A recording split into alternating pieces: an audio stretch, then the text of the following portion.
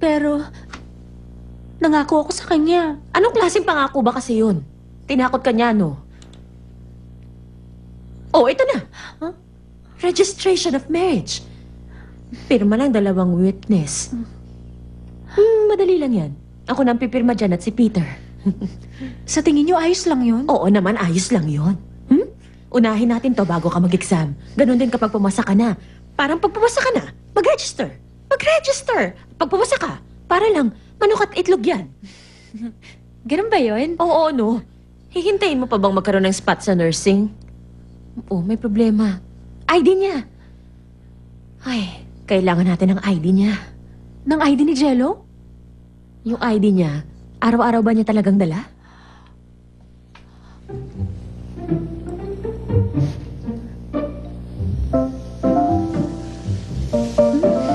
Nasa shower siya.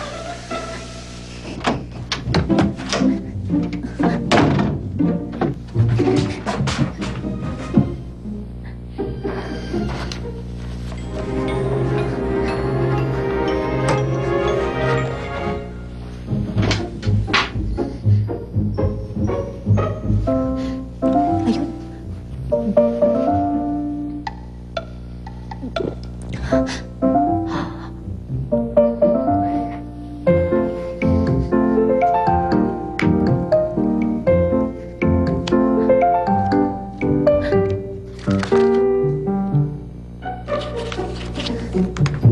Ano yan?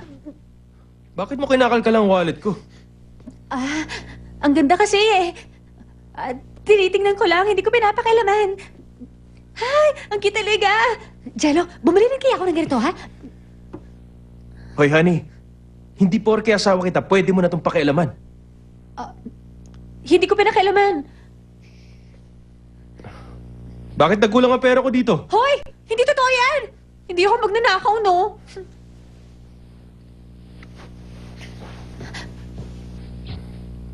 Matulog ka na. Ayan na.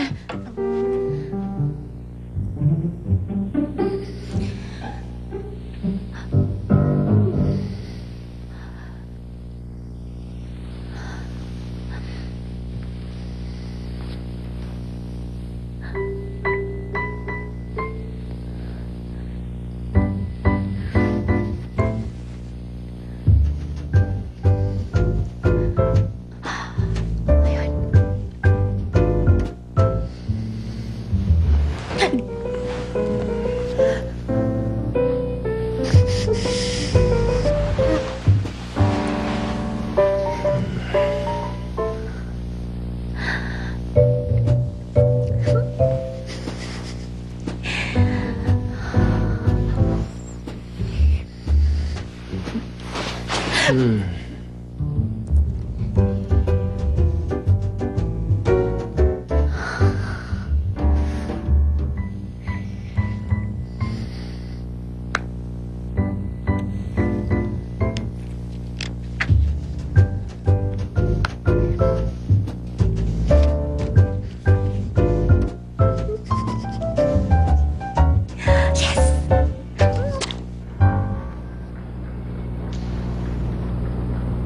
Nakarehistro na po. Ha? Nagkamali ka siguro. Ngayon lang kami nagpunta rito eh. Ganun po? Ngayon lang kayo nagpunta? May nagparehistro na po dito. Si Mr. Jello Bae. Pinarehistro ni Jello.